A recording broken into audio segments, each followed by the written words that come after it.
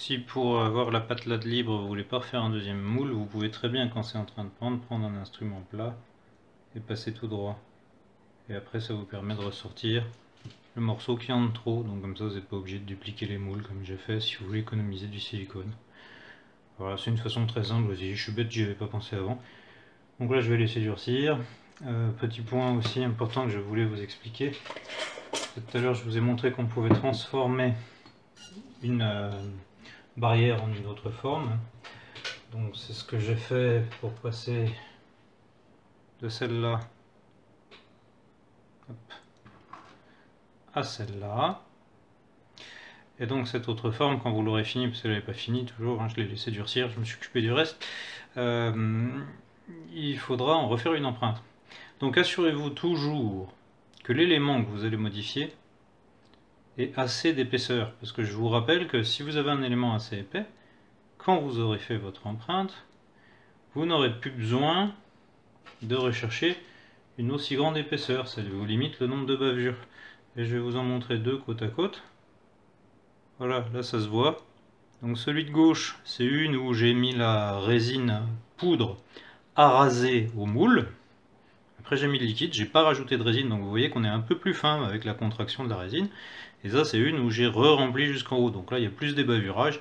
Ici il y a beaucoup moins d'ébavurage. Voilà ce que ça donne. Bon, ici j'ai quand même passé un ou deux petits coups de lime, mais franchement ça va très très vite hein, pour celle où vous n'avez pas fait une deuxième addition de résine dans votre moule. Voilà. Et j'espère que avec tout ça, vous allez être prêt à vous faire des chouettes barrières à vous, avec votre style, vos volumes, vos formes, qui sait, peut-être faire des encadrements de fenêtres. On peut imaginer plein de trucs, hein. Refaire un bâtiment, il y a bien moyen hein, de faire des tours de porte, des tours de fenêtres. Ou j'en sais rien, une descente de toit si vous avez envie. Bref, il y a largement de quoi faire. Donc je reprends pour vous expliquer ici, hein, comme je vous ai dit, on coupe une patte. On coupe une patte parce qu'une fois qu'on a coupé une patte, ça permet de faire ça, de réassembler nos barrières pour n'en faire qu'une. Okay, pour les histoires de bavure et de trop-plein qui auraient été mis, alors j'ai fait un peu différents essais, puisque là pour le coup il y en a 4, hein, vous pouvez le constater.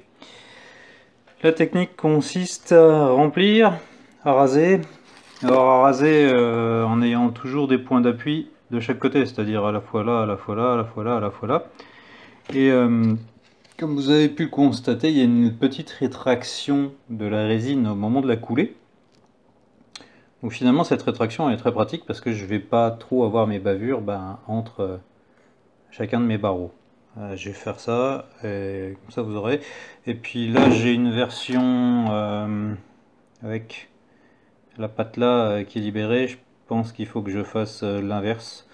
Parce que je dis une bêtise, mais si je commence par exemple une barrière de ce côté, que je me dis tiens, je la prolonge en faisant mes raccords à chaque fois de ce côté-ci, hein, et qu'un jour je me dis ah finalement il faut que je la fasse de l'autre côté, donc il faut que je recrée une où je coupe le poteau inverse, quoi. Voilà.